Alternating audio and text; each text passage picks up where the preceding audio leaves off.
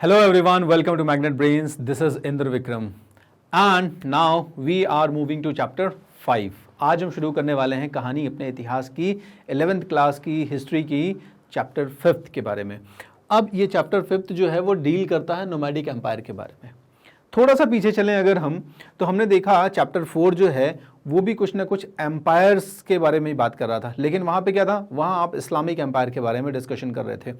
Nature बहुत कुछ similar है, अपीरेंटली ऊपर से देखेंगे तो काफ़ी कुछ सिमिलर है, लेकिन जैसे जैसे आप इसको समझेंगे आप बहुत सारी ऐसी लेयर्स को, परतों को अनकवर करते जाएंगे जो इसके उन सीक्रेट्स को बताएगा जो चैप्टर 4 से इनको बहुत डिफरेंट करता है। कैसे? चैप्टर 4 में आपने देखा जो इस्लामिक एम्पायर स्टैब्लिश हुआ था उसका जो बेसिस ही था दैट वाज रिलीजन। वो एक रिलीजियस जो है वो फाउंडेशन पे स्टैब्लिश था और उसके बाद वो बढ़ा भी, तो कहीं ना कहीं आइडेंटिटी वही रही। लेकिन यहाँ पर नाम तो चंगेज़ खान है और हम सब ने सुना भी है, लेकिन खान यहाँ पर धर्म को रिप्रेजेंट नहीं कर रहा, रिलीजन को रिप्रेजेंट नहीं कर रहा। ये चीज़ हम जानेंगे। खान एक टाइटल है, चंगेज़ खान के लिए खान एक टाइटल है और उस ज़माने में सेंट्रल एशिया के लोग इस तरह के टाइटल्स, चाइना के लोग इस तरह के टाइटल्स इस्तेमाल करते थे। तो शुरू करते हैं हम कहानी मंगोलिया देश के एक ऐसे पर्सन के बारे में। मंगोलिया का नाम तो हम सबने सुना ही है ना। बहुत फेमस लैंड लॉक्ड कंट्री है। मैप में आपने देखा होगा, ठीक है। रशिया के नीचे की तरफ जब आप आएंगे थोड़ा सा तो मंगोलिया आपको दिखेगा। ये बेसिकली यहाँ के एथनिक लोगों के नाम से जाना जाता है, जो यहाँ की एथनिक ट्राइब है मंगोल्स, ठीक है, उन्हीं के नाम से जाना जाता है। और बेसिकली इसकी पॉलिटिकल आइडेंटिटी एक इंसान से रिलेटेड है जिसके बारे में हमारा पूरा चैप्टर जो है वो डेडिकेटेड है। शुरुआती पार्ट में जो कहानी हमारी शुरू होगी वो चंगेज़ खान और उसके वॉर एक्सपीडिशन, उसकी अर्ली लाइफ और उसके डेथ तक है। इसके बाद इस चैप्टर को रोक के इसका सेकंड पार्ट शुरू किया गया है। उस सेकंड पार्ट में आप पढ़ेंगे कि चंगेज़ खान के जो डिसेंडेंट्स थे, सक्सेसर्स थे, उत्तराधिकारी थे, उन्होंने कैसे एक इतने बड़े साम्राज्य को स्थापित किया जिसने सिकंदर के साम्राज्य को बौना कर दिया। यानी कि सिकंदर का भी साम्राज्य, अलेक्जेंडर का जो बहुत बड़ा एम्पायर था, वो भी चंगेज़ खान के सामने छोटा पड़ गया।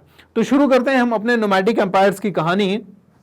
देखो, एक चीज बड़ी कॉन्ट्राडिक्टरी समझ में आती है। कॉन्ट्राडिक्ट का मतलब है कि अपने आप में इसमें कहीं ना कहीं डिस्प्यूट समझ में आ रहा है ना। एक चीज तो क्या है, एम्पायर। तो जब हम एम्पायर कहते हैं तो आपके दिमाग में क्या आता है? विशाल साम्राज्य जिसकी एक मटेरियल लोकेशन होनी चाहिए, आर्मी होनी चाहिए, प्रॉपर एक ऑर्गेनाइज सिस्टम होना चाहिए। और दूसरा एक नोमैडिक वर्ड है यहां पे। तो ये नोमैडिक और एम्पायर दोनों का कॉम्बिनेशन जो है वो डाइजेस्ट नहीं हो रहा है ना।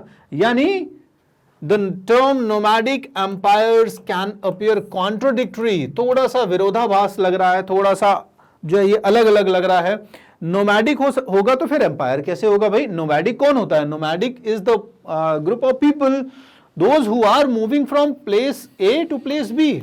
यानी कुछ ऐसे लोग जो एक जगह से दूसरी जगह मूव करते रहते हैं, वो नोमैडिक हुए, खाना बदोश हुए। हिंदी में उन्हें हम खाना बदोश कहते हैं, ठीक है। तो ए और बी जो है वो, या ग्रुप ऑफ पीपल ए और बी प्लेसेस पर मूव करते रहते हैं। So how they will establish empire? तो वो बड़े साम्राज्य को स्थापित कैसे करेंगे? क्या साम्राज्य हमेशा मूवमेंट बना रहेगा? नहीं। यहां पर यही तो बहुत यूनिक चीज है कि कैसे नोमैड्स लोगों ने, कैसे ग्रुप ऑफ पीपल्स ने, कैसे उस तरह के लोग जो बहुत छोटे छोटे कबीलाई व्यवस्था में रहते थे, उन्होंने एक ऐसा पॉलिटिकल सिस्टम बनाया। कैसे चंगेज़ खान ने एक बहुत बड़े लेवल पर पॉलिटिकल सिस्टम बनाया जो, जैसा मैंने कहा, दुनिया का जो है वास्टेस्ट एम्पायर जो है वो कहलाएगा।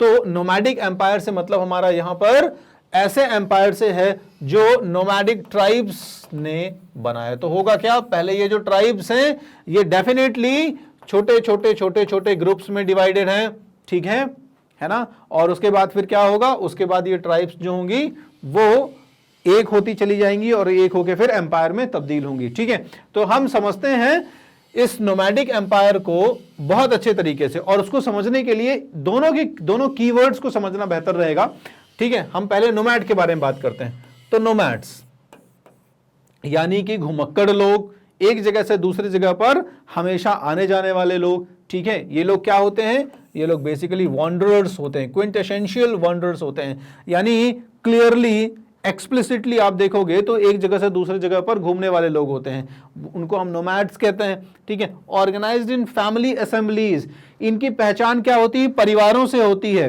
ब्लड रिलेशन इनमें बहुत इंपॉर्टेंट होता है। ब्लड रिलेशन का मतलब हो गया कि जो फादर वाली लिनिएज होती है, पिता वाली जो वंशावृत्ति होती है, उससे ये लोग जुड़े रहते हैं। और अमूमन क्या होता है कि एक परिवार की जो आइडेंटिटी होती है उससे उनकी पहचान बनती है, ठीक है। तो पारिवारिक जो व्यवस्था है उसमें चलते हैं ये लोग। अनडिफरेंशिएटेड इकोनॉमिक लाइफ, यानी कि किसी एक प्रॉपर लाइवलीहुड के ऊपर डिपेंडेंट नहीं रहते हैं। इनकी जो इकोनॉमिक लाइफ है वो बहुत रेस्ट्रिक्टेड होती है, ठीक है। हो सकता है एग्रीकल्चर अगर अवेलेबल होगा तो ठीक है, लेकिन ज़रूरी नहीं है कि हर टाइम पर हर वेदर की कंडीशन में एग्रीकल्चर अवेलेबल होगा। तो ये फिर अपने जो लाइफ है अपने उसको सस्टेन कैसे करेंगे, दूसरे मीन्स से करेंगे, दूसरे कुछ साधनों से करेंगे। तो इनका जो आर्थिक जीवन होता है वो बहुत ब्रॉड नहीं होता है, बहुत सिंपल सी आर्थिक गतिविधियां होती हैं कि चलो खेती कर लिया, कुछ टूल्स बना लिए, ठीक है, और उनको आपस में एक्सचेंज कर लिया और इस तरीके से जीवन यापन होता रहेगा। Rudimentary system of political organization, तो ऑब्वियस ही बात है नोमैड्स हैं। अब नोमैड है जब, तो आप देखोगे कि बहुत ऑर्गेनाइज पॉलिटिकल सिस्टम हम यहाँ पे नहीं देख सकते हैं, संगठित राजनीतिक व्यवस्था हम यहाँ पे नहीं देख सकते हैं। ऑर्गेनाइज पॉलिटिकल सिस्टम की बात करोगे कि वेल एस्टैब्लिश्ड एक किंग है, उसको असिस्ट करने के लिए कुछ ग्रुप ऑफ पीपल्स हैं, जैसे हम कैबिनेट कहते हैं, मंत्री परिषद कहते हैं, ठीक है, फिर आर्मीज हैं, मतलब एक सुव्यवस्थित राजनीतिक तंत्र यहां पे नहीं दिखेगा आपको। Rudimentary system of political organization, यानी कि थोड़ा सा विकृत रूप का राजनीतिक संगठन दिखेगा कि कबीले में क्या होता है, चीफ होगा, ठीक है, एक क्लैन का बकायदा क्या होती थी, ये बंटे ऐसे होते थे, देखो एक क्लैन होता था। अब इस क्लैन में क्या होता था कि बहुत सारी ट्राइब्स जो होती थी उस क्लैन को जोड़ती थी आपस में। अभी हम देखेंगे आगे कि बेसिस क्या होता था, ठीक है। तो क्लैन की बहुत सारी जो ट्राइब्स होती थी उसमें बहुत सारी फैमिलीज होती थी, ठीक है। अब इन फैमिलीज के अपने अपने मेंबर्स हो गए इस तरीके से, ठीक है। तो पॉलिटिकल ऑर्गेनाइजेशन में क्या होगा, एक होगा क्लैन का चीफ, ठीक है, फिर ट्राइबल चीफ्स भी होंगे और इसके बाद फैमिली। तो फैमिली में अमूमन जो है वो फादर जो होता था वो नॉर्मली सारे फैमिली के अफेयर्स देखता था। तो पॉलिटिकल ऑर्गेनाइजेशन बहुत सिंपल हम देखें यहाँ पे एस्टैब्लिश है। तो ये तो हो गया बेसिकली नोमैड्स के बारे में। अब हम आगे बढ़ते हैं कि एम्पायर्स का मतलब क्या होता है, ठीक है। तो अभी जस्ट डिस्कस किया कि नोमैड और एम्पायर, नोमैडिक और एम्पायर, ये दोनों अलग अलग हैं, कॉन्ट्राडिक्टरी हैं। तो नोमैड्स तो हमने समझ लिया, फिर मेल भी कर लेते हैं एम्पायर शब्द के साथ में। सबसे पहली चीज तो स्टेबिलिटी आती है, यानी जस्ट उल्टा देखो आप, है ना।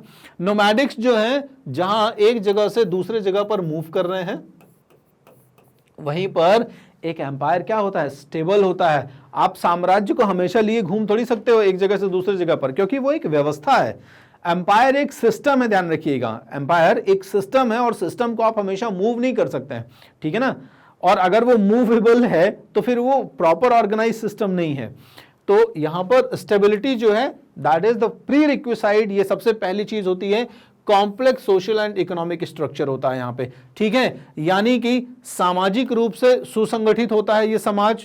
एम्पायर का अलग अलग वर्ग के लोग होते हैं, डिवीजन ऑफ लेबर होता है, ये हमने पिछले चैप्टर्स में भी पढ़ा है, हमारे मेसोपोटामिया वगैरह के चैप्टर में आपने बहुत अच्छे से समझा है कि सोशल स्ट्रैटिफिकेशन, सोशल क्लासिफिकेशन क्या होता है, डिवीजन ऑफ लेबर जो है वो क्या होता है, ठीक है। और प्रॉपर इकोनॉमिक एक्टिविटीज होती हैं, है ना, टाउन से लेके सिटीज के बीच में movement of goods and people जो होता है वो एंश्योर होता है यहाँ पे।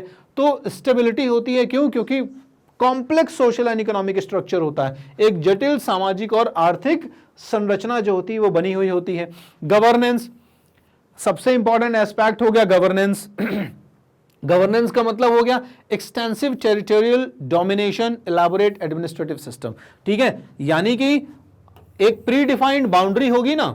एम्पायर है तो हमने नाम सुना कि मुगल एम्पायर जैसी कोई चीज होती थी दुनिया में, मौर्य एम्पायर जैसी कोई चीज होती थी दुनिया में, गुप्त एम्पायर जैसी कोई चीज होती थी। तो क्या होता था उसमें, सबसे पहले तो एक प्री डिफाइंड बाउंड्री होती थी भाई। तो प्री डिफाइंड जो बाउंड्री है इसका मतलब है कि उनका एक जो क्षेत्र है वो यहां से शुरू होता है और यहां पर खत्म होता है। तो प्री डिफाइंड बाउंड्री हो गई। उसके बाद दूसरी चीज क्या हो गया, इलैबोरेट एडमिनिस्ट्रेटिव सिस्टम, यानी कि व्यापक प्रशासनिक तंत्र हो गया, ठीक है, कि अब इस बाउंड्री को हम कैसे गवर्न करेंगे, कैसे रूल करेंगे। नॉर्दर्न पोर्शन हो गया, ठीक है, ईस्टर्न पोर्शन हो गया, वेस्टर्न पोर्शन हो गया, सदर्न पोर्शन हो गया, नॉर्दर्न पोर्शन में कौन होगा वहां का गवर्नर, किस तरीके का सेंट्रल सिस्टम होगा, किस तरीके का प्रोविंशियल सिस्टम होगा, लोकल एडमिनिस्ट्रेशन क्या होगा, ये सब कुछ प्रॉपर डिफाइन होता था। ठीक है, तो extensive territorial domination as well as elaborate administrative system, proper administrative hierarchy, officers के रिस्पॉन्सिबिलिटीज, ऑफिसर्स के name, they all are properly defined. वो सब कुछ क्या होते थे, प्रॉपरली डिफाइन होते थे, और सबका काम जो है वो प्रॉपर निर्देशित होता था एक वेल डेवलप्ड तंत्र के द्वारा। ठीक है, जैसे आपने अलग, जैसे मौर्य की बात में कर रहा था, तो आपने जो है वो अर्थशास्त्र का जिक्र सुना होगा कहीं ना कहीं। तो अर्थशास्त्र में बाकायदा हम ये डिटेल पाते हैं कि कौन कौन से ऑफिसर्स हैं, उनके क्या जो जुडिशियल पावर्स हैं, एडमिनिस्ट्रेटिव पावर्स हैं, ठीक है, किस तरीके के डिपार्टमेंट को वो मैनेज करते हैं या होल्ड करते हैं। तो ये सब कुछ वेल एडमिनिस्ट्रेटिव सिस्टम एम्पायर्स में रहता है। फिर सबसे इंपॉर्टेंट चीज़, उसकी एक मटेरियल लोकेशन होती है, जैसा मैंने कहा। ठीक है, तो मटेरियल लोकेशन का मतलब है कि वो एक जगह से, जैसे आप कह दो कि मैं दिल्ली सल्तनत की बात कर रहा हूं, तो दिल्ली सल्तनत की जब मैं बात कर रहा हूं तो वो कहां फैली होगी, इंडिया के नॉर्दर्न पार्ट की तरफ फैली होगी, शुरू तो वहीं से होगी, यानी दिल्ली के आसपास कहीं ना कहीं उसका जो सेंट्रल पॉइंट है वो लोकेटेड होगा, वहीं से उसका सारा का सारा जो एग्जीक्यूशन है वो होता होगा। ठीक है, यानी जो पावर का फ्लो है वो कहीं ना कहीं वहां से होता होगा, जिस जगह से नाम आ रहा है उस एम्पायर का, तो उसकी मटेरियल लोकेशन होगी। तो ये चीजें जो होती हैं वो एम्पायर को डिपिक्ट करती हैं, एम्पायर को शो करती हैं। अब नोमैड और एम्पायर, यानी नोमैडिक और एम्पायर, ये दोनों शब्दों को हमने समझ लिया है। ठीक है, अब आपका जो ये चैप्टर है, चैप्टर 5, ठीक है ना, इसमें यही एक इंपॉर्टेंट एस्पेक्ट है कि ये क्या आपको बताता है, यानी किन चीजों के बारे में आपको बताता है। ये अलग अलग डिफरेंट ग्रुप ऑफ नोमैड्स, यानी अलग अलग जो घुमक्कड़ लोग हैं, खानाबदोश लोग हैं, जो ट्राइबल लोग हैं, ठीक है, कहां के, सेंट्रल एशिया की मंगोल प्रजाति के जो लोग हैं। ठीक है, सेंट्रल एशिया की जब मैं बात कर रहा हूं तो आपको अब ये ज्योग्राफिकल लोकेशंस दिमाग में याद हो जानी चाहिए। तुर्कमेनिस्तान, कजाकिस्तान, उज्बेकिस्तान, ठीक है, रशिया का सदर्न पार्ट जो है वहां से शुरू होता है, तो वहां से अभी हम मैप में देखेंगे इसकी लोकेशन।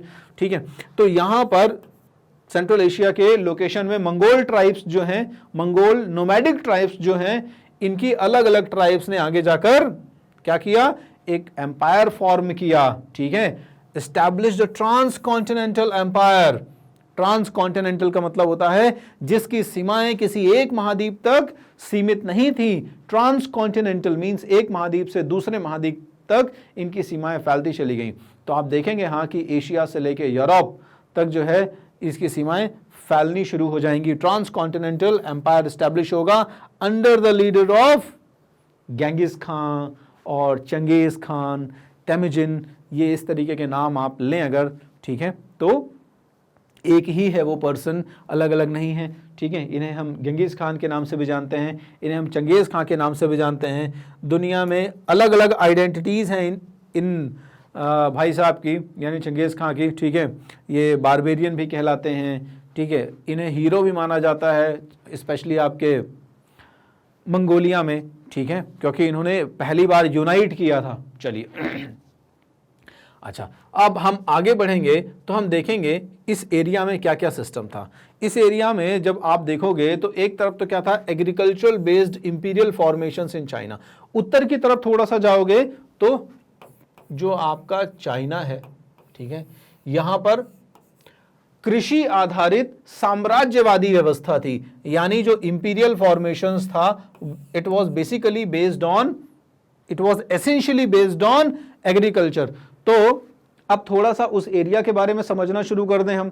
अभी तो हमने टॉपिक समझा, चैप्टर का मीनिंग समझा, अब हम धीरे धीरे ज्योग्राफिकल लोकेशन की तरफ आगे बढ़ रहे हैं।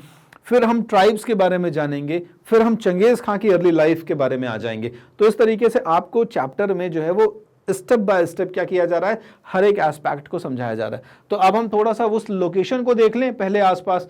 तो मंगोलिया को जानने के पहले, मंगोल ट्राइब्स को अच्छे से जानने के पहले आसपास के इलाके समझ लें, किस तरीके से इनका रहन सहन था, फिर इनके सोर्सेस क्या हैं, कहाँ कहाँ से हमें पता चलता है मंगोल्स के बारे में, ये भी एक बहुत इंपॉर्टेंट चीज़ है। ठीक, चलिए। So agricultural based imperial formations in China. China में क्या था उस समय, साम्राज्यवादी व्यवस्था थी, इंपीरियल फॉर्मेशंस था, लेकिन it was based on agriculture. ये किस चीज पर आधारित थी, कृषि पर आधारित थी। और आपको भी पता है कि जो एग्रीकल्चर होता है बेसिकली ये किसी भी इकोनॉमिक सिस्टम में या किसी भी कंट्री में सबसे फर्स्ट इकोनॉमिक एक्टिविटी होती है। ये आपने बहुत अच्छे से समझ लिया है। हमने अपनी हिस्ट्री का जो डिस्कशन था, कहानी थी, वो शुरू कहाँ से किया था? आपको याद होगा, evolution of man, story of human evolution से शुरू किया था। और स्टोरी ऑफ ह्यूमन एवोल्यूशन खत्म ही कहाँ हो रही थी? जहाँ इंसान ने खेती करना शुरू कर दिया था, एग्रीकल्चरल एक्टिविटी शुरू कर दी थी। और जब एग्रीकल्चरल एक्टिविटी शुरू कर दी थी इंसान ने, तो वो क्या हो गया था? वो धीरे धीरे जो है वो टाउन्स वगैरह में रहना शुरू कर दिया था, है ना। सोसाइटीज डेवलप होनी शुरू हो गई थी। और उसके बाद आपका सेकंड चैप्टर आ गया था मेसोपोटामिया वगैरह वाला, याद होगा आपको, ठीक है। तो पहली इकोनॉमिक एक्टिविटीज जो होनी शुरू होती हैं वो एग्रीकल्चर के फॉर्म में ही होती हैं। और उसके बाद फिर वो कमर्शियल एक्टिविटी, या मैं कहूँ इंडस्ट्रीज, ट्रेड और कॉमर्स की तरफ जाता है, फिर वो सर्विसेज की तरफ जाता है वो क्षेत्र, और इस तरीके से वो डेवलपिंग और फिर डेवलपिंग से डेवलप कंट्री की तरफ आगे बढ़ता है। तो चाइना में भी उस समय जो साम्राज्यवादी व्यवस्था थी, that was basically based on agriculture, और you can say that is essentially based on agriculture, यानी उनका मुख्य रूप से जो उत्पादन होता था वो कृषि के क्षेत्र में ज्यादा होता था, ठीक है। अब उसकी तुलना में आप देखोगे तो मंगोलिया का जो क्षेत्र है, यानी ये जो ट्राइब लोग हैं, यानी ये जो मंगोल्स हैं, have inhabited a human less complex social and economic order. This is humble, actually this is humble, okay.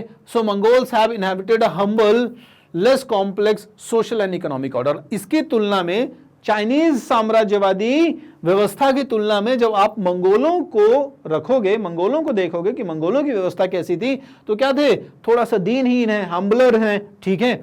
उसके बाद less complex social and economic order है, सामाजिक व्यवस्था उतनी जटिल नहीं है जितनी चीन में है, आर्थिक व्यवस्था भी उतनी जटिल नहीं है जितनी चीन में है वहां पर, ठीक है। क्योंकि यहां पर एग्रीकल्चर जो हो रहा है, ठीक है, वो प्रॉस्पेरस है, समृद्धशाली है, प्रचुर मात्रा में कृषि की गतिविधियां जो होती हैं वो होती हैं यहाँ पे, ठीक है। और चीनी जो समाज है, चाइनीज जो सोसाइटी है, सिविलाइजेशन है, दैट वाज आल्सो रिच, लेकिन उसकी तुलना में आप यहाँ पे देखोगे तो काफी दीनहीन लोग हैं, हम्बलर हैं, ठीक है। इनका जो सामाजिक और आर्थिक ढांचा है वो काफी सरल है, लेस कॉम्प्लेक्स है, ठीक है, as comparison to the China. तो कुल मिला के हम जिस बारे में बात करने जा रहे हैं उसका अगर हम चाइना के साथ में कंपैरिजन करेंगे तो आप देखेंगे कि इनकी व्यवस्था, सामाजिक और आर्थिक व्यवस्था काफी निम्न है। यही कारण होगा, आगे जाके देखोगे कि जब चंगेज खां आगे बढ़ेगा तो चंगेज खां का पहला सपना क्या है? किस क्षेत्र को जीतना। जैसे उसने अपनी ट्राइब्स को यूनाइट किया, वैसे वैसे उसने सबसे पहला जो काम किया वो ये किया कि चाइना के ऊपर अटैक करना है, ठीक है ना। तो इस तरह की व्यवस्था के होते हुए जब सामाजिक ढांचा निश्चित नहीं है, आर्थिक ढांचा निश्चित नहीं है जिस क्षेत्र का, वहां पर लोग रह रहे हैं और वो काफी हम्बलर फॉर्म में रह रहे हैं, काफी दीनहीन स्थिति में रहते हैं, तो कैसे how Mongols under Genghis Khan adopted their traditional social and political customs to create a fearsome military and sophisticated method of governance। यानी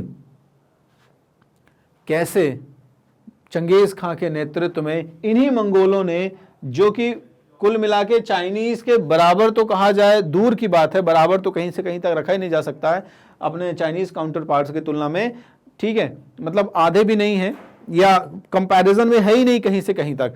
ऐसी सिविलाइजेशन या ऐसे ग्रुप ऑफ पीपल ने चंगेज खां नाम के लीडर के अंडर में अपनी जो पारंपरिक सामाजिक और राजनीतिक व्यवस्थाएं थी, कस्टम्स थे, ट्रेडिशंस थे, ठीक है, उनको क्या किया? उनको ट्रांसफॉर्म किया, उनको मैनेज किया, उनको अडॉप्ट किया कि हम अपने कस्टम, अपने ट्रेडिशंस को भी जीवंत रखेंगे, अलाइव रखेंगे। ऐसा नहीं कि हम चेंज होते जाएंगे। जब नोमैडिक एम्पायर एस्टैब्लिश हो रहे हैं, जब चंगेज खां अपना एम्पायर एस्टैब्लिश कर रहा है, तो ऐसा नहीं है कि चंगेज खां जो है वो अपना धर्म बदल लेता है, ऐसा कुछ नहीं। चंगेज खां जिस धर्म को फॉलो करता था उसी धर्म में रहेगा। ऐसा भी नहीं है कि चंगेज खां कोई बहुत ज़्यादा जो है एडवांसमेंट की तरफ जाएगा, नहीं। आप देखेंगे चंगेज खां एक बहुत अच्छा एडमिनिस्ट्रेटर बन के उभर रहा है, ठीक है, हिस्ट्री में। तो किस तरीके से उसने अपनी जो पारंपरिक सामाजिक और राजनीतिक परंपराएं थी उनको ऐसे एडजस्ट किया कि वहां के लोगों को यूनाइट किया, वहां के लोगों का मोरल अपलिफ्टमेंट किया, वहां के लोगों को अवेयर किया और ट्रेन किया, उनको प्रशिक्षण दिया और दुनिया की सबसे खतरनाक फियरसम जो है वो सेना तैयार की उसने, and sophisticated method of governance, और साथ ही साथ प्रशासन की कुछ ऐसी तकनीकें, कुछ ऐसी विधियां जो कुछ महान साम्राज्यों में थी वो भी अडॉप्ट की जाएंगी। तो आप देखेंगे कि अपनी जो सोशल कस्टम्स हैं, इन कस्टम्स को क्या कर रहे हैं ये लोग, पॉलिश करके और उनमें और ऐसे अडाप्टेशन और चेंजेस कर रहे हैं जिन चेंजेस से उन्हें हेल्प मिल रही है आगे एक बहुत बड़ी मिलिट्री स्टैब्लिश करने की। ठीक है, चलिए तो हम आगे बढ़ते हैं। ये आपने सिनारियो देख लिया अभी। अब हम आते हैं सोर्सेस की तरफ, यानी कि स्रोत। स्रोत का मतलब क्या है? जब मैं कहता हूं सोर्सेस, इट मींस कि मंगोल्स की जो हिस्ट्री है, नोमैडिक एम्पायर्स में मंगोल्स की जो हिस्ट्री है ये कहां से आती है।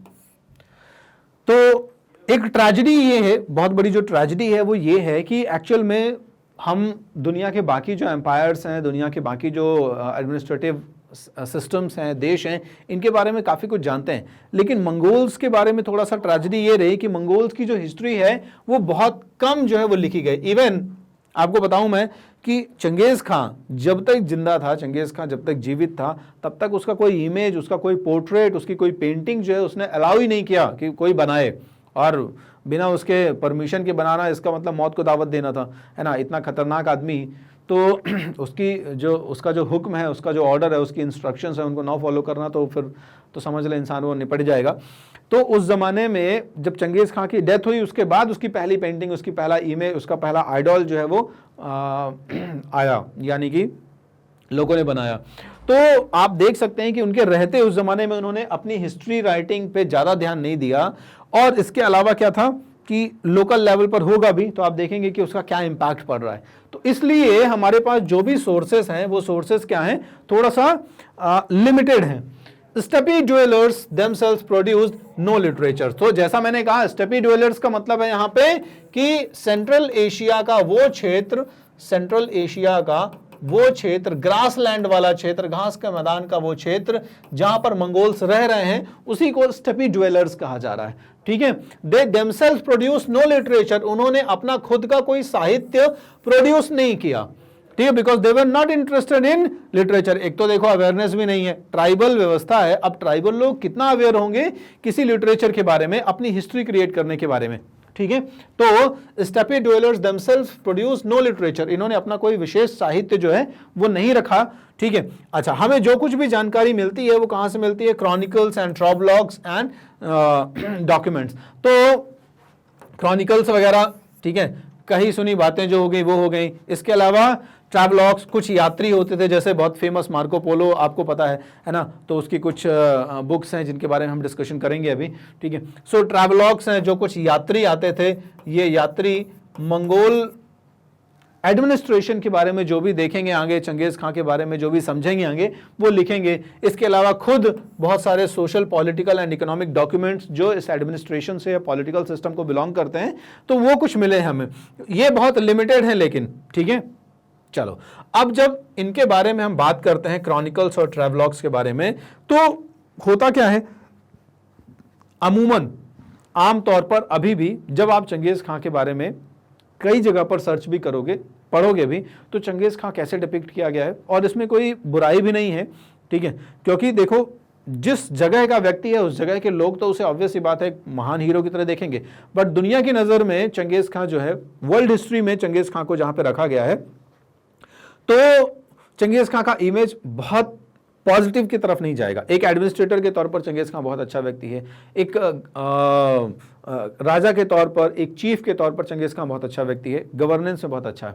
लेकिन जब एक ह्यूमन बीइंग की बात आती है तो चंगेज़ खां कहीं ना कहीं हिस्टोरिक पॉइंट ऑफ व्यू से जो हिस्टोरियंस हैं उनमें यहाँ मतभेद हो जाता है। कुछ हिस्टोरियंस तो उसको एडमिनिस्ट्रेशन में ठीक मानेंगे, लेकिन कुछ हिस्टोरियंस उसको कहेंगे कि no, he was a cruel person, barbarian, जहाँ भी गया प्लंडर किया, लूटपाट और यही सारी चीज़ें उसने जो है वो आगे फैलाई।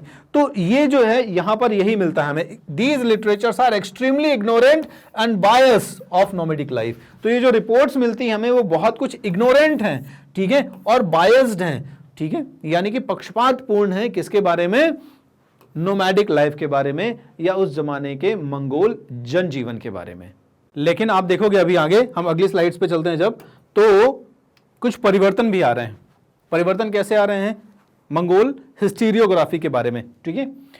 Empirical success attracted many literates, ठीक है, यानी कि शुरुआत में तो ये जो ट्राइब्स हैं इनका एम्पायर बेस नहीं था, यानी साम्राज्य स्थापित नहीं हुआ था, लेकिन जैसे जैसे साम्राज्य विस्तार होना शुरू होगा एम्पिरिकल सक्सेस मिलेगी। यानी जब हम टाइम पीरियड शुरू करेंगे चंगेज खां का या चंगेज खां का कह दें हम, तो चंगेज खां का जब हम टाइम पीरियड पढ़ना शुरू करेंगे और शुरुआत में चंगेज खां अपनी ट्राइब्स को क्या करेगा, यूनाइट करना शुरू करेगा, और इसके बाद फिर क्या करेगा, उन ट्राइब्स में से जो पावरफुल क्लैंस थे उनको जीतना शुरू करेगा। इसके बाद जब अपनी सारी क्लैन और ट्राइब्स को जीत लेगा, वो मंगोल्स को यूनाइटेड कर लेगा, तब फिर क्या करेगा, वो आसपास के क्षेत्रों में अटैक करना शुरू करेगा। ठीक है, और इस तरीके से फिर वो पूरे मंगोल साम्राज्य को स्थापित करेगा। तो जैसे जैसे मंगोलों को क्या हुआ, साम्राज्य विस्तार में सफलता मिलनी शुरू हो गई, सक्सेस मिलनी शुरू हो गई, वैसे वैसे क्या हुआ, जो अक्सर होता है, यानी कि एक बड़े राजा के अंडर में बहुत सारे जो स्कॉलर्स हैं, ठीक है, वो पैट्रोनाइज होना चाहते हैं, वो शरण लेना चाहते हैं। ये हमने देखा था, ये हम अभी तक एक बड़े साम्राज्य के बारे में पहले भी पढ़ चुके हैं। ठीक है, तो हमने देखा था कि जो आपका सेंट्रल इस्लामिक लैंड है ना, उसमें आपने बहुत सारे खलीफा के बारे में पढ़ा, बहुत सारे साम्राज्यों के बारे में पढ़ा। ठीक है, तो उसमें उमैया और रशिदून और सब, ठीक है, अब्बासी खलीफाओं के बारे में पढ़ा, साल्जुक और तुर्क के बारे में पढ़ा। तो यहाँ पे आपने देखा था कि उमैयाज और अब्बासी जो है वो अपने दरबारों में बड़े बड़े जो है वो क्रिश्चियन, ज्यूस और इस्लामिक और अलग धर्मों के जो स्कॉलर्स हैं उनको पैट्रोनाइज करते थे। ठीक है, तो इससे मिक्स्ड कल्चर डेवलप होता था। तो यहाँ पे भी हुआ कि दुनिया भर के जो स्कॉलर्स हैं, ठीक है, लिटरेटीज लोग हैं, ठीक है, यानी जो साहित्यविद यानी साहित्य के जानकार लोग हैं, तो इन लोगों को अट्रैक्ट किया किसने, मंगोल कोर्ट ने। ठीक है, मंगोल कोर्ट्स ने, मंगोल शाही दरबार ने इन लोगों को आकर्षित करना शुरू किया उनकी साम्राज्य की सफलताओं ने या साम्राज्य विस्तार की सफलताओं ने। और जैसे जैसे ये साहित्यविद इनके दरबारों में आए, वैसे वैसे हमेशा ये होता है, ये एक बहुत कॉमन प्रैक्टिस है कि जो लिटरेटी, जो स्कॉलर्स इनके दरबारों में रहेंगे, वो ऑब्वियस सी बात है अपने मेमोइर्स लिखेंगे, कुछ ना कुछ ऐसी बुक्स लिखेंगे जो उस एरिया के बारे में, उस टाइमिंग के बारे में, उस पर्सन के बारे में, जिसके समय में वो हैं, जिस एरिया में है वो, उसका इंफॉर्मेशन देगा आपको। ठीक है, तो इन्होंने क्या किया, दे स्टार्टेड प्रोड्यूसिंग ट्रैवलॉग्स। ठीक है, यानी अपने यात्रा वृत्तांत जो थे, ठीक है, यात्रा वृत्तांतों को इन्होंने बताना शुरू किया। ट्रैवलॉग यानी कि अपने ट्रैवल हिस्ट्री जो है, उसकी जो स्टोरी है, उसको अकाउंट करना शुरू किया, उसको डिस्क्राइब करना, उसको लिखना शुरू कर दिया बाकायदा। ठीक है, सो दे स्टार्टेड प्रोड्यूसिंग ट्रैवलॉग्स, अपने यात्रा वृत्तांतों को लिखना शुरू कर दिया। अच्छा, इनमें से बहुत सारे ऐसे स्कॉलर्स भी थे जो सिर्फ घूमने ही नहीं आते थे। कुछ लोग तो सिर्फ घूमने आ रहे हैं, ठीक है, और घूमने के बाद वो अपने ट्रैवल अकाउंट्स को या उन लिटरेचर्स को लिख जा रहे हैं जो बाद में हमें एज अ एविडेंस मिल रहे हैं। कुछ तो ऐसे भी हैं दे स्टेड, जो उन्होंने डिसाइड किया कि वो रुकेंगे कुछ समय, है ना, so they stayed on courts of Mongols. ठीक है, तो वो क्या करते थे, अपने जो मंगोल मास्टर होते थे उनके दरबारों में रहना पसंद करते थे, क्योंकि सुरक्षित भी होता था, है ना, पैट्रोनाइज करते थे ये लोग, तो वो वहां पर रुकेंगे काफी समय तक और अपने मंगोल मास्टर्स को सेवाएं देंगे, सर्व करेंगे। ठीक है, अब ये जो लोग होते थे, दे वर फ्रॉम डाइवर्स बैकग्राउंड, ये अलग अलग पृष्ठभूमि से आते थे। इनमें ऐसा नहीं होता था कि कोई एक पर्टिकुलर रिलीजन को मानने वाला पर्सन है या किसी पर्टिकुलर एक मान्यता को मानने वाला व्यक्ति। इसमें क्या होता था, आप देखोगे कि अलग अलग मान्यताओं को मानने वाले लोग हैं जो कि मंगोलों के दरबार में रहेंगे या ट्रैवल करने के लिए आएंगे। जैसे बुद्धिस्ट मान्यता वाले लोग हैं, बौद्ध धर्म को मानने वाले लोग हैं, उनमें बहुत सारे कन्फ्यूशियन धर्म को मानने वाले लोग हैं। कन्फ्यूशियस जो है एक बहुत बड़े फिलोसोफर हैं, कन्फ्यूशियस का नाम सुना होगा आपने, ठीक है ना। तो कन्फ्यूशियस ने, कन्फ्यूशियस धर्म पर्सन के नाम पे ही धर्म भी है, ठीक है। तो बहुत सारे लोग, ज्यादातर ये चाइना में फॉलो होता है, तो बहुत सारे कन्फ्यूशियस धर्म को मानने वाले लोग हैं, वो भी आएंगे और मंगोल्स कोर्ट में, मंगोल मास्टर्स के शेल्टर में, पैट्रोनाइजेशन में रहेंगे। बहुत सारे ईसाई स्कॉलर्स हैं जो आएंगे, तुर्की स्कॉलर्स हैं और मुस्लिम स्कॉलर्स हैं जो दरबारों में आएंगे और रहेंगे।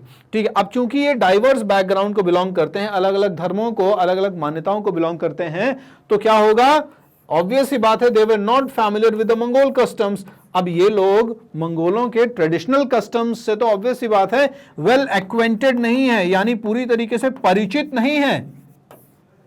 तो ये लोग मंगोल जो परंपराएं थी, मंगोल जो कस्टम्स हैं, उनसे पूरी तरीके से क्या थे, परिचित नहीं थे, ठीक है, not familiar with the Mongol customs. इसलिए इन्होंने क्या किया कि जो भी यात्रा वृत्तांत लिखे या जो भी कहानियां अपनी लिखी या उनके दरबारों में रहने के दौरान जो भी साहित्य रचे, जो भी लिटरेचर्स रचे, ठीक है, उसमें उन्होंने क्या किया, दे प्रोड्यूस्ड सिंपैथेटिक अकाउंट्स। अब ये देखो एक बहुत इंपॉर्टेंट चीज होती है कि क्या होता है कि जब आप किसी के बारे में थोड़ा सा ज्यादा जानते हैं, पहले से जानते हैं, तो थोड़ा सा बायस्ड होना ऑब्वियस सी बात है। लेकिन जब आप नहीं जानते हैं तो आप जिस पक्ष को देख रहे हैं उसी पक्ष को लिखेंगे। मतलब एक बहुत कॉमन एग्जाम्पल दे दूं अगर मैं, कि किसी पर्सन को आप बचपन से जानते हो, है ना, और वो आपके सामने पला बढ़ा, तो आप उसकी अच्छी और बुरी आदतों को दोनों को जानते हो। लेकिन अक्सर होता क्या है, एक टेंडेंसी क्या है, इनहेरिट जो टेंडेंसी है वो होती ये है कि ज़्यादातर हम ड्रॉबैक्स को देखते हैं, कमियों को ज़्यादा देखते हैं, और अच्छाइयों को क्या करते हैं कि ठीक है, या फिर अच्छाइयाँ भी होती हैं तो उन अच्छाइयों को हम कमियों के साथ ही लिखते हैं कि ये व्यक्ति ऐसा था और इतने बुरे दौर में था लेकिन अब ये अच्छा है, तो हम दोनों चीज़ों को वहाँ पे रख देते हैं। तो ये कई बार ये एक अच्छा भी मिल जाता है लेकिन कई बार इसमें ड्रॉबैक्स भी मिल जाती है। तो यहाँ पे जो है वो हमें क्या मिला कि चूंकि ये लोग कस्टम्स को ज्यादा जानते नहीं थे, इसलिए इन्होंने क्या किया कि अनबायस्ड होकर जो देखा उस चीज को लिखा, ठीक है। So they produce sympathetic accounts और द यूलॉजीज। यूलॉजीज आपको पता ही होगा, the word eu simply means true, ठीक है, ये दो शब्दों से मिलकर बना है, eu means true and the logies it simply means text, इसको टेक्स्ट कह सकते हैं आप या वर्ड कह सकते हैं, ठीक है। तो ट्रू वर्ड्स, अब इसका मतलब ये होता है कि राजाओं की प्रशंसा में या प्रेज में, ठीक है, उनके ग्लोरिफिकेशन में लिखे गए कुछ literatures are called the eulogies, very simple. तो इस तरीके से ये जैसे जैसे आगे मिला इन स्कॉलर्स के ये लिटरेचर्स, तो इन्होंने क्या किया, they challenged and complicated the history of Mongols. तो सबसे पहले तो इन्होंने चुनौती दी, किस चीज को चुनौती दी, व्हाट दे चैलेंज्ड, इन्होंने चुनौती दी, इन्होंने चैलेंज किया उन जो स्कॉलर्स हैं, ठीक है, उन स्कॉलर्स को जिन्होंने बायस्ड होकर थोड़ा सा मंगोल्स के बारे में लिखा। क्लियर है। तो यहां पर एक चुनौती मिलती है उन लोगों को जो थोड़ा सा बायस्ड होकर लिख रहे थे, क्योंकि कुछ लिटरेचर, ज्यादा तो नहीं लेकिन कुछ लिटरेचर जो है हमारे पास वो दैट इज वो क्या है, सिंपैथेटिक है थोड़ा सा, है ना, मंगोल्स के पक्ष में है थोड़ा सा, वो उस पक्ष को भी दिखाता है जो उनके बारबेरियन साइड से हट के है, एक कुशल प्रशासक के बारे में, एक अच्छा पॉलिटिकल जो है वो मैनेजमेंट, उन सब के बारे में यहाँ पे बताता है वो। एंड कॉम्प्लिकेटेड, लेकिन साथ साथ जटिल भी कर देता है। जटिल क्यों कर देता है, कॉम्प्लिकेट क्यों कर देता है, क्योंकि कोई भी चीज देखो क्या होती है कि हिस्ट्री में एविडेंस का ऑथेंटिक होना बहुत इंपॉर्टेंट है। एविडेंस का ऑथेंटिक होना, जेन्युइन होना इज वेरी इंपॉर्टेंट, ठीक है। तो जब कोई पैट्रोनाइज है, शेल्टर में है, तो ऑब्वियस सी बात है वो एक ऐसा अकाउंट देगा that is pacifying to the ruler, यानी कि जो उस शासक को संतुष्ट करने वाला होगा, उसको ग्लोरीफाई करने वाला होगा। ऑब्वियस सी बात है, अगर आप दरबार में रह रहे हैं और राजा के अगेंस्ट लिख देंगे तब तो गए काम से, आपके दिन पूरे हो गए। जो लोग बायस्ड हैं उनके साथ प्रॉब्लम ये है कि वो कुछ पूर्वाग्रहों से ग्रसित हैं, वो कुछ स्टीरियोटाइप्स और वो जो बारबेरियन साइड है मंगोल्स का उसकी तरफ है। तो प्रॉब्लम क्या हो जाती है यहाँ पर, मंगोल्स की हिस्ट्री कॉम्प्लिकेट हो जाती है कि हम उन्हें पूरी तरह बारबेरियन मान लें या अच्छा मान लें, ठीक है। यानी अनबायस्ड और जेन्युइन ऑथेंटिक जो एविडेंसेस हैं उनकी हमारे पास बहुत सारी कॉपीज नहीं है, या हम कहते हैं हमारे पास बहुत कमी है, ठीक है। So in this way the history of Mongol questions the manner, ठीक है, कि कैसे, यानी उस मैनर को, उस तरीके को प्रश्न चिन्ह लगाता है कि कैसे ये इतने बड़े जो नोमैडिक लोग थे उन्होंने इतने बड़े साम्राज्य की स्थापना कर दी, ठीक है। तो ये चीज आज के डेट में भी आप देखोगे तो थोड़ा सा पूरी तरह क्लियर नहीं है। आगे आगे हुआ क्या कि 18वीं और 19वीं शताब्दी में, उसके पहले जो अभी तक हमने पढ़ा वहां पर जो है वो थोड़ा सा ओरिएंटल प्रभाव देखा, यानी प्राचीन इतिहासकार जो थे। लेकिन आधुनिक समय में भी कोशिश की गई, ठीक है, कि कैसे हम स्पेशली जो मंगोल्स हैं, इन मंगोल्स की जो हिस्ट्री है इसको हम प्रॉपर थोड़ा सा रीराइट कर सकें, थोड़ा सा ऑथेंटिकेट कर सकें उसको। तो प्रयास शुरू हुए और 18वीं और 19वीं शताब्दी के आसपास, चूंकि क्या था, ये जो आपको पता है कि रशिया है, ठीक है, इसका काफी प्रभाव है, ठीक है। चाइना और रशिया, इन दो कंट्रीज का काफ़ी ज़्यादा प्रभाव है, आज भी देखोगे तो काफ़ी ज़्यादा प्रभाव है, ठीक है। तो वहाँ पे जब जार रूस में राजा हुआ करते थे, आपको पता है जार, ठीक है, ये नहीं भी पढ़ा होगा तो आप वर्ल्ड हिस्ट्री में कहीं ना कहीं इसको पढ़ोगे, ठीक है, या पॉलिटिकल साइंस में आप इसके बारे में कहीं ना कहीं सुनोगे। तो जार की जो शासन व्यवस्था थी उस दौरान क्या हुआ कि जब इन लोगों ने सेंट्रल एशिया की तरफ अपने साम्राज्य का विस्तार करना शुरू किया, ठीक है, इस क्षेत्र को कंट्रोल करना शुरू किया, तब उन्होंने क्या किया, वहां के बहुत सारे स्कॉलर्स जो हैं वो लोग आने शुरू होंगे सेंट्रल एशिया की तरफ, यानी मंगोलिया के एरिया की तरफ वो लोग मूव करना शुरू होंगे, ठीक है। तो most of the scholars started performing research. तो मंगोल कल्चर कस्टम को जानने के लिए बहुत सारे जो स्कॉलर्स हैं वो लोग क्या करेंगे, अनुसंधान करना, रिसर्च करना शुरू करेंगे। यानी अब 18वीं और 19वीं शताब्दी के दौरान, in latter half of the 18th century and the first half of 19th century, यानी 18वीं सदी के उत्तरार्ध में और 19वीं सदी के पूर्वार्ध में हमें क्या देखने को मिलता है कि जार के शासनकाल में जब सेंट्रल एशिया में रूसी नियंत्रण बढ़ेगा तो उस दौरान बहुत सारे स्कॉलर्स हैं वो लोग इंटरेस्ट लेना शुरू करेंगे मंगोल हिस्ट्री में, ठीक है।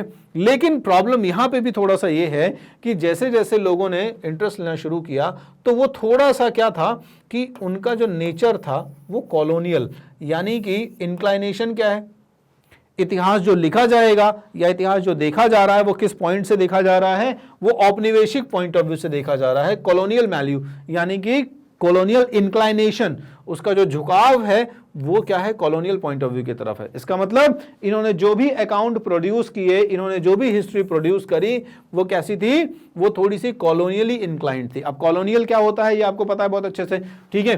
तो बेसिकली कॉलोनी या कॉलोनियल वर्ड जो आया है ये आता है कहां से, उपनिवेश, हिंदी में इसे कहते हैं उपनिवेश।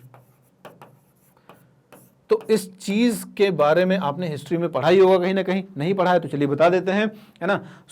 साम्राज्यवाद से कॉलोनियलिज्म या उपनिवेशवाद रिलेटेड है, जुड़ा हुआ है। इसमें एक साम्राज्य क्या करता था, एक एम्पायर, मान लीजिए ये ए एम्पायर है, तो वो एक छोटे किसी पर्टिकुलर कंट्री के रिसोर्सेस को क्या करेगा, पूरी तरीके से कंट्रोल करेगा, ठीक है।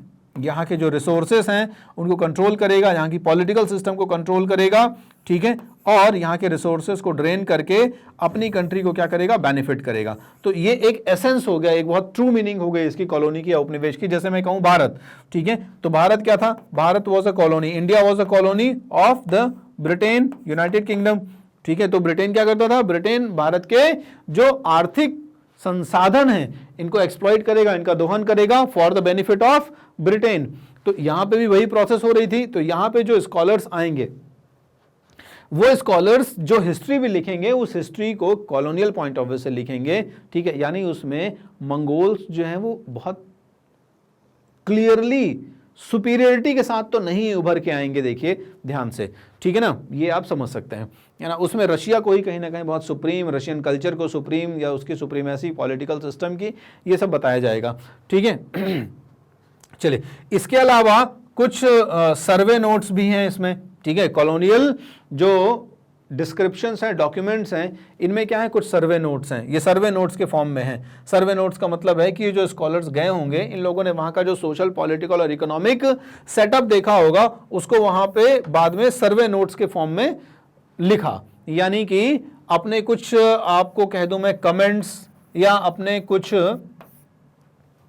ओपिनियंस जो है वो नोट के फॉर्म में दिए। तो आज भी हमारे पास ये सर्वे नोट्स अवेलेबल हैं, बट चूंकि थोड़ा सा इनका कॉलोनियल इंक्लाइनेशंस है इसलिए ये हम कह सकते हैं कि उतने ऑथेंटिक नहीं। अब ये सर्वे नोट्स भी देखो दिए किसने हैं, है ना, प्रोड्यूस्ड बाय ट्रैवलर्स, यानी उस जमाने में वहां पर सेंट्रल एशिया में जो रशियन ट्रैवलर्स गए होंगे, सोल्जर्स जो सैनिक गए होंगे, ठीक है, मर्चेंट्स जो व्यापारी गए होंगे, ठीक है, and the antiquating scholars. It simply means कि वो लोग जा रहे हैं यहां पे जिनका कुछ ना कुछ क्या है, एडवांटेज है वहां पे, ठीक है। तो ट्रैवलर्स क्यों जाएंगे, वो तो ठीक है, चलो कि नए नए क्षेत्र को रूस ने ऑक्यूपाई किया है, जार का शासन व्यवस्था वहां पे स्थापित हुआ है, देख के आते हैं कैसा क्षेत्र है, तो देख के गए, ठीक है। अब उन्होंने कुछ अपने नोट्स लिखे। सोल्जर्स, तो सैनिक, अब सैनिक का जो जाएगा वो तो डिफेंस के पॉइंट ऑफ व्यू से लिखेगा, और कहीं ना कहीं वो इस हिसाब से लिखेगा कि चलो यहाँ की जो टिरान है, यहाँ का जो सेटअप है वो इस तरीके से है कि हम इसको ऐसे यहाँ एक्सपांशन कर सकते हैं, ऐसे जीत सकते हैं, ठीक है। यानी कुल मिला के उसका inclination defence point of view से होगा। मर्चेंट्स भी जाएंगे तो वो कमर्शियल पॉइंट ऑफ व्यू से लिखेंगे। स्कॉलर्स जाएंगे तो वो थोड़ा सा कह सकते हैं कि अनबायस्ड होके लिख सकते हैं, ठीक है। लेकिन कुल मिला के ये जो एसेंस है इस पैराग्राफ का वो यही कहता है आपको कि जब रूस का वहां पे इंक्लाइनेशन हुआ, रूस वहां पे एक्सटेंड करेगा अपनी अथॉरिटी को, तो वहां से हमें कुछ अकाउंट्स मिलते हैं। और 18-19 सेंचुरी में बहुत कुछ रिसर्च परफॉर्म हुए हैं, बट ये सारे के सारे जो रिसर्च हैं वो थोड़े से कॉलोनियल नेचर वाले हैं, इसलिए हम उनको भी उतना ऑथेंटिकेट नहीं मान सकते हैं, ठीक है। अब हुआ क्या, 18वीं 19वीं शताब्दी का माहौल तो हमने देख लिया। 20वीं शताब्दी की तरफ हम आए तो हम क्रमशः, ठीक है, ग्रेजुअली जो है वो मंगोल हिस्ट्री की एक जो तहें हैं, जो परतें हैं, उनको अनकवर करने की कोशिश कर रहे हैं कि मंगोल्स के बारे में हमें जो पता चल रहा है, देखो आज भी जो पता है वो अभी सफिशिएंट नहीं है और बहुत कुछ मंगोल्स के बारे में करना भी बाकी है। कुल मिला के एसेंस ये है। चलो, तो 20th सेंचुरी में शुरुआत का जो 20वीं शताब्दी का समय है, अर्ली 20th सेंचुरी है, इसमें भी क्या हुआ, इसमें धीरे धीरे जब रूस में जार की सत्ता समाप्त हो गई और रूस क्या हो गया, ठीक है, एक आजाद रिपब्लिक देश की तरह काम करना शुरू करेगा, तो यहां पर फिर उसके बाद जब सोवियत रिपब्लिक की, आपको पता है यूएसएसआर, ठीक है, यूनाइटेड सोवियत सोवरेन रशिया कहते थे, तो सोवियत रूस भी नाम होता था पुराने समय में। तो सोवियत रिपब्लिक की जब अथॉरिटी एक्सटेंड होनी शुरू होगी इस क्षेत्र में, तो उस जमाने में आपको पता है कि रूस में क्या सिचुएशन थी, रूस में जार की जो सत्ता है उसको उखाड़ के फेंका गया था और उसके बाद रूस में समाजवाद का जो है वो स्थापना हो गया था। सोशलिज्म या सोशलिस्ट इंक्लाइनेशन वाले जो लोग हैं, कार्ल मार्क्स, ठीक है, और लेनिन और स्टालिन, इनके बारे में आपने सुना ही होगा। तो सोशलिस्ट यानी समाजवादी मानसिकता वाले जो लोग हैं ये आएंगे यहाँ पे। तो अब आगे जो इतिहास देखा जाएगा वो भी कैसे देखा जाएगा, वो भी कहीं ना कहीं मार्क्सवादी दृष्टिकोण से देखा जाएगा। तो मार्क्सिस्ट हिस्टोरियोग्राफी जो है, हिस्टोरियोग्राफी का मतलब होता है इतिहास लेखन यानी हिस्ट्री राइटिंग, ठीक है। ये दो शब्दों से मिलकर बना हिस्ट्री एंड ग्राफ, ग्राफ का मतलब होता है writing. So historiography simply means history writing, ठीक है, हिस्ट्री राइटिंग। सो यहां पे क्या हुआ है, हिस्ट्री राइटिंग में कौन सा ओपिनियन आ रहा है, कौन सा व्यू आ रहा है, मार्क्सिस्ट व्यू आ रहा है। अब मार्क्सिस्ट व्यू का अगर एसेंस में बता दूं तो देखो बहुत सिंपल सी चीज है, मार्क्स जो है वो समाज को कैसे देखता है, वो समाज को इकोनॉमिक पॉइंट ऑफ व्यू से देखता है, ठीक है। यानी जो मीन्स ऑफ प्रोडक्शन है, वो मीन्स ऑफ प्रोडक्शन, उत्पादन की जो गतिविधियां हैं, उनका लाभ किसको किसको मिल रहा है। तो मार्क्सवादी जो विचारधारा है वो कहीं ना कहीं अमीर गरीब, रिच पुअर, है ना, उच्च वर्ग निम्न वर्ग, इस भेद को कहीं ना कहीं लेके रखती है। तो कहीं ना कहीं वो इकोनॉमिक जो आउटलुक है वो आएगा इसमें। तो यहां पे भी वही हुआ, जब मार्क्सवादी इतिहासकार यानी कि सोवियत रिपब्लिक के जो मार्क्सिस्ट हिस्टोरियोग्राफर्स थे, जो मार्क्सवादी इतिहासकार थे, उन्होंने इसको अपने तरीके से देखा और यहां पर एक नया ओपिनियन आया, prevalent mode of production determine the nature of social relation, यानी कि किसी भी क्षेत्र में जो सामाजिक संबंध होते हैं या उनकी प्रकृति होती है वो किस आधार पर निर्भर करती है, वहां पर किस तरीके की उत्पादन गतिविधियां हैं। प्रिवेलेंट मोड ऑफ प्रोडक्शन यानी वहां पर किस तरीके की उत्पादन की गतिविधियां हैं, कैसे वहां पर लोग अपना लाइवलीहुड अर्न करते हैं, किस तरीके से वहां की इकोनॉमी रन होती है, यह बहुत इंपॉर्टेंट फैक्टर होता है वहां पर सोशल रिलेशंस का, ठीक है। यानी सोशल रिलेशन कॉम्प्लेक्स होगा या सिंपल होगा, समाज अमीर गरीब शासक, ठीक है, इनमें बटा होगा, ठीक है, या इक्वल सोसाइटी होगी, ये सब कुछ किसके ऊपर बेस्ड है, वहां पर किस लेवल पर मोड ऑफ प्रोडक्शन है, किस तरीके का प्रोडक्शन होता है, उत्पादन की गतिविधियां किस तरीके से होती हैं, ठीक है। और इस आधार पर, इस थ्योरी के आधार पर मार्क्सवादी इतिहासकारों ने क्या कहा, उन्होंने कहा कि जो ये मंगोलियन सिस्टम था that was a transition from a tribal to a feudal mode of production, यानी कि वहां पर शुरुआत में क्या था, शुरुआत में जनजातीय व्यवस्था थी, ऑब्वियस सी बात है, और बाद में ये जो जनजातीय व्यवस्था थी धीरे धीरे इन्होंने क्या किया, वो सामंतवादी व्यवस्था में आ गए, फ्यूडल मोड ऑफ प्रोडक्शन में आ गए। यहां पर क्या होता है फ्यूडल मोड ऑफ प्रोडक्शन में, शुरुआत में क्या होता है, शुरुआत में क्लासलेस सोसाइटी होती है, समाज जो होता है वो बहुत ज्यादा वर्गों में नहीं बटा होता। जैसे आप देखोगे तो यहाँ कोई बहुत अलग अलग वर्ग नहीं समझ में आ रहे हैं, एक कबीलाई व्यवस्था है, बहुत सिंपल सी चीज है, और कबीलाई व्यवस्था जो है वो फादर लीनिएज पे या पैट्रिलिनियल लीनिएज पे चलती है, ठीक है। तो क्लासलेस सोसाइटी होती है, समाज में बहुत अलग अलग वर्गों का विभाजन नहीं होता है कि ये पर्टिकुलर काम ये वर्ग करेगा, वो पर्टिकुलर काम ये वर्ग करेगा, उच्च निम्न इस तरीके का भी कोई बहुत ज्यादा डिस्टिंग्विश्ड क्लासिफिकेशन नहीं होता है, ठीक है।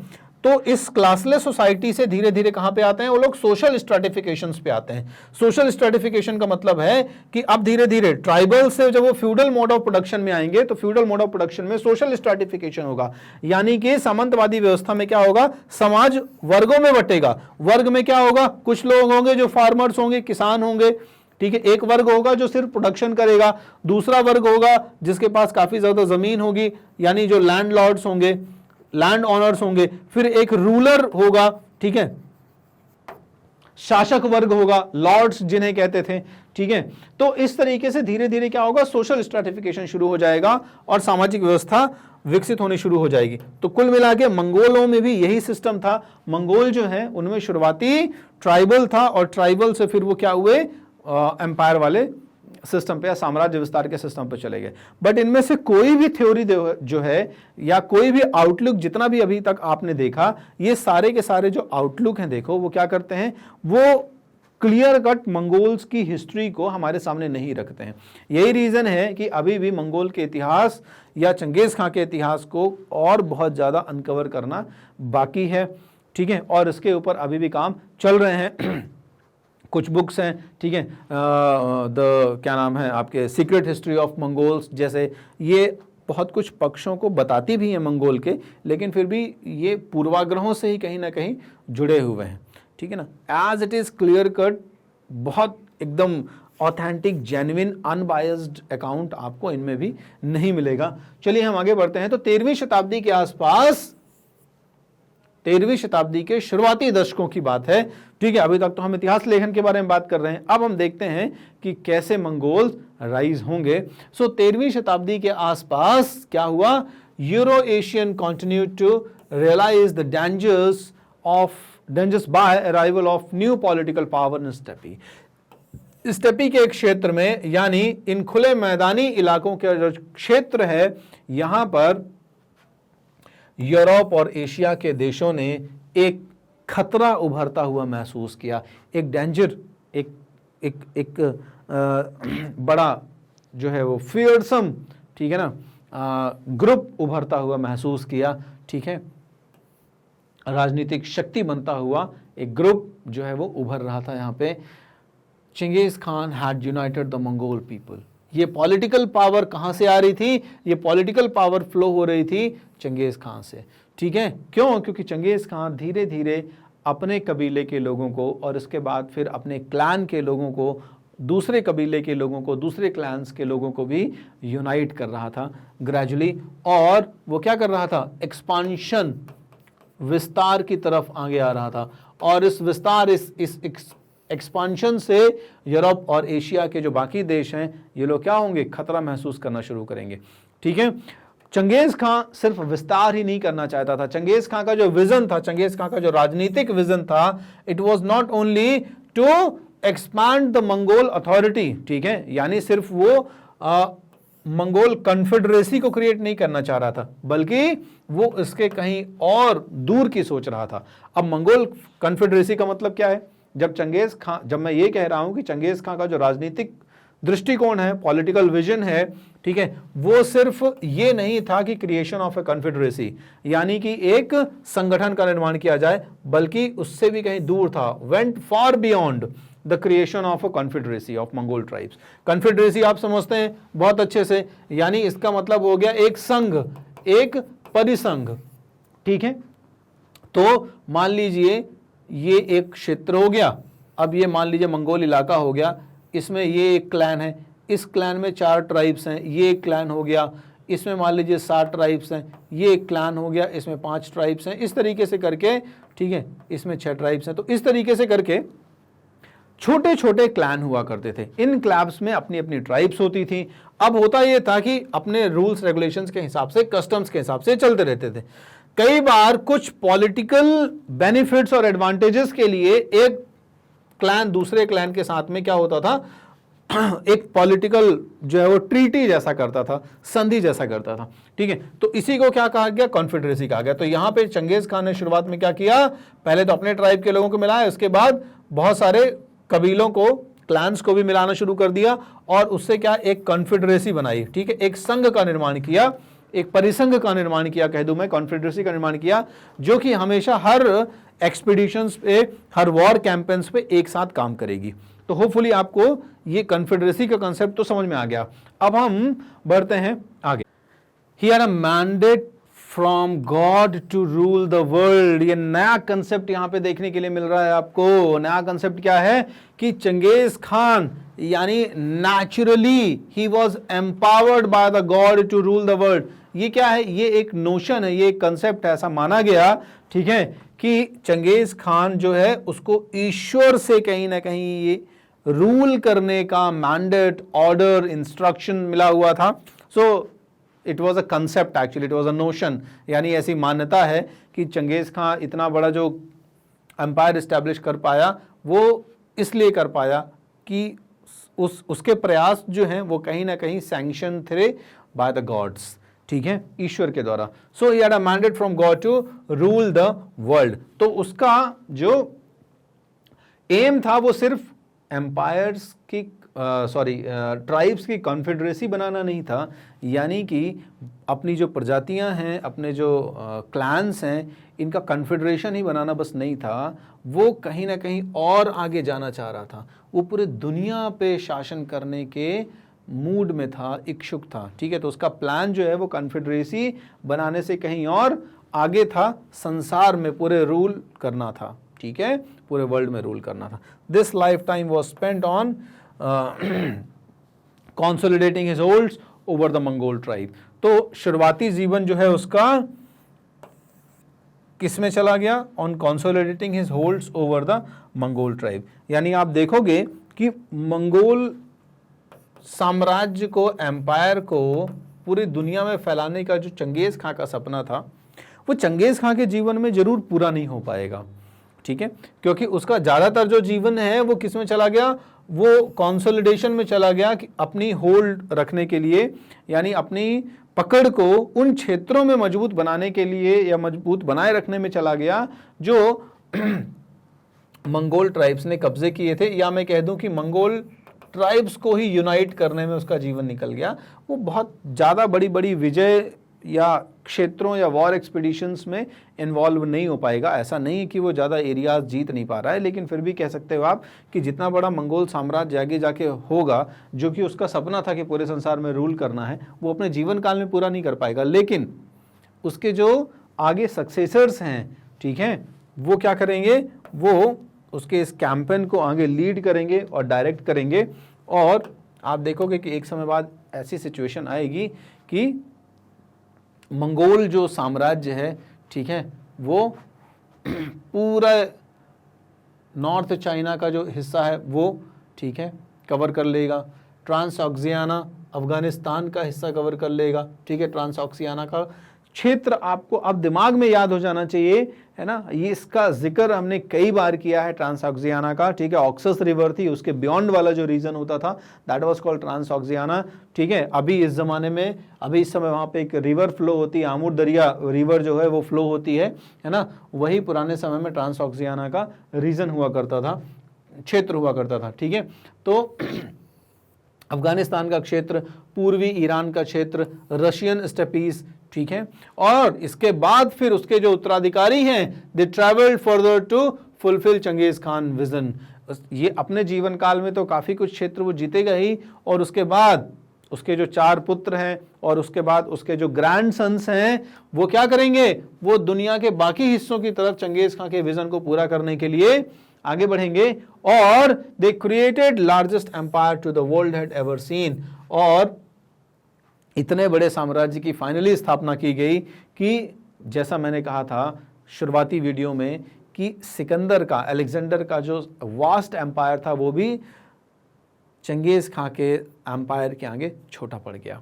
ठीक है, तो ये विस्तारवादी जो नीतियां थी इनके डिसेंडेंट्स की, इनके सक्सेसर्स की, है ना, उसका एक छोटा सा एग्जाम्पल मैं दिखाता हूं कि किस तरीके से चंगेज खां का जो डिवाइन मैंडेट है या चंगेज खां का जो डिवाइन पर्सनालिटी है उसको क्लेम करते थे उसके डिसेंडेंट्स, उसके उत्तराधिकारी, और उसके नाम पे आगे फाइट करते थे। ठीक है, तो और कहीं ना कहीं जो विजन है चंगेज खां का उसको फुलफिल करने के प्रयास में थे ये लोग। ठीक है, तो उसका जस्ट एक एग्जांपल मैं आपको यहाँ पे शो करता हूँ। एक छोटी सी स्टोरी का एक पार्ट यहाँ पे आप देख सकते हो। ये एक लेटर एक्सचेंज हुआ किसके बीच में, ये लेटर एक्सचेंज हुआ मोंगे। ठीक है, who was the grandson of Genghis Khan. Genghis Khan का कौन था, ग्रैंडसन था। ठीक है, चंगेज खां का जो बड़ा पुत्र है जोची, उसका पुत्र था ये। ठीक है, तो इसने क्या किया, फ्रेंच शासक लुई 19 को लुई 9 को क्या किया, इसने वार्न किया, वार्निंग दे रहा है। ठीक है ना, क्या वार्निंग दे रहा है, in heaven there is only one eternal sky, स्वर्ग में एक शाश्वत आकाश है। ठीक है, on earth there is only one lord, उसी तरह पृथ्वी पर एक ही शासक है, एक ही लॉर्ड है, एक ही रूलर है। ठीक है, वो कौन है, Genghis Khan, the son of heaven, स्वर्ग का पुत्र। तो आप देख रहे हैं कैसे बड़े हैवी जो ऑर्नामेंटल लैंग्वेज है वो यूज की जा रही है ना, और किस तरीके से भारी भरकम शब्द, टाइटल्स इस्तेमाल किए जा रहे हैं चंगेज खां के लिए। तो चंगेज खां यहाँ पर एक ऑर्डिनरी ह्यूमन बीइंग की तरह, ऑर्डिनरी रूलर की तरह नहीं दिख रहा है, वो एक सुपर नेचुरल पर्सनैलिटी की तरह दिख रहा है कहीं ना कहीं। ठीक है, तो जिस तरीके से ऊपर स्वर्ग में शाश्वत आकाश, उसी तरीके पृथ्वी पर एक ही व्यक्ति का शासन है, और पृथ्वी पर एक ही व्यक्ति, एक ही लॉर्ड है, चंगेज खां। ठीक है, द सन ऑफ हेवन। ठीक है, when by the power of the eternal heaven the whole world from the rising of the sun to its setting shall be at one in joy and peace, जैसे ही इस जो शाश्वत स्वर्ग है ना, उसकी शक्ति के साथ में जो पूरा संसार है उसमें स्वर्ग का, उसमें सूरज का उदय होता है और अस्त होता है। ठीक है, then it will be made clear what we are going to do if when you have understood the decree of the eternal heaven। ठीक है, तो अब आपने जो कुछ भी किया है तो आपके रिएक्शन में हमें तय करना है कि अब हम क्या करेंगे। ठीक है ना, you are unwilling to pay attention and believe it. ठीक है, हमारी बातों पर तुमने ध्यान नहीं दिया, और इस कंसेप्ट पे, जो जिस कंसेप्ट पे हम चलते हैं उस पे लुई 9 ने ध्यान नहीं दिया तुमने। ठीक है, तुम्हें लगता है, ठीक है, तुम कह रहे हो, तुम इस बात पे भरोसा करते हो कि तुम्हारा जो देश है, our country is far away और माउंटेन्स आर माइटी, कि तुम्हारा जो देश है काफी दूरी में स्थित है, तुम्हारे पर्वत विशाल हैं। ठीक है, and our sea is vast, और तुम्हारा जो समुद्र है वो भी बहुत विशाल है। And in this confidence you bring an army against us, और इस आत्मविश्वास में तुमने हमारे विरुद्ध सेना खड़ी की, हमारे विरुद्ध आक्रमण कर रहे हो। We know what we can do, तो हम जानते हैं कि हम क्या कर सकते हैं। ठीक है, he who made easy what was difficult and near what was far off, the eternal heaven knows। तो अनंत शाश्वत स्वर्ग ये जानता है कि तुमने क्या किया है। तुमने वो चीज जो दूर थी उसे पास ला दिया, तुमने वो जो चीज कठिन थी उसको सरल बना दिया, है ना। तो आप देख रहे हैं कि मोंके की ये जो लाइन्स हैं, ठीक है, he is the person, is the grandson of the Genghis Khan. So the line, the letter he send to the Louis 9, ठीक है, लुई 9 को जो लेटर सेंड कर रहा है उसमें जो लाइन और उसमें जो वर्ड्स को एक्सचेंज किया गया है, आदान प्रदान किया गया है, जिस तरीके का मैसेज दिया गया है, वो क्या शो कर रहा है, वो शो कर रहा है कि किस तरीके के इंप्रेशन में चंगेज खां को ये लोग रख रहे थे। और ये कोरी धमकी नहीं थी, आगे जाके आप देखेंगे कि रशिया के वो बहुत सारे इलाके, ठीक है, मॉस्को तक चंगेज़ खां के वंशजों के कब्जे में होंगे। यूरोप का वियना तक का हिस्सा पूरा जो होगा, ठीक है, हंगरी, पोलैंड, यूरोप के सारे हिस्से जो मैक्सिमम हिस्से हैं वो चंगेज़ खां के उत्तराधिकारियों के कंट्रोल में होंगे। यानी ये कोरी धमकी नहीं थी, बल्कि क्या था, ये वो विजन रिफ्लेक्ट कर रहा था उसका पोता जो चंगेज़ खां ने देखा था, और उसको उसने फुलफिल भी कर दिया आगे चल के। तो इस तरीके से अभी तक आपने शुरुआत में इंट्रोडक्शन पार्ट समझ लिया, कैसे विस्तार हुआ समझ लिया, कैसे विस्तार हुआ उसका एक ग्लिम्स मिला हमें। अब हम सोशल एंड पॉलिटिकल बैकग्राउंड की तरफ जाएंगे कि मंगोलों का सामाजिक और राजनीतिक बैकग्राउंड किस तरीके से था। उसके बाद फिर हम चंगेज़ खां के पर्सनल लाइफ के बारे में जानेंगे। तो बने रहिए मैग्नेट ब्रेन्स के साथ। Thank you.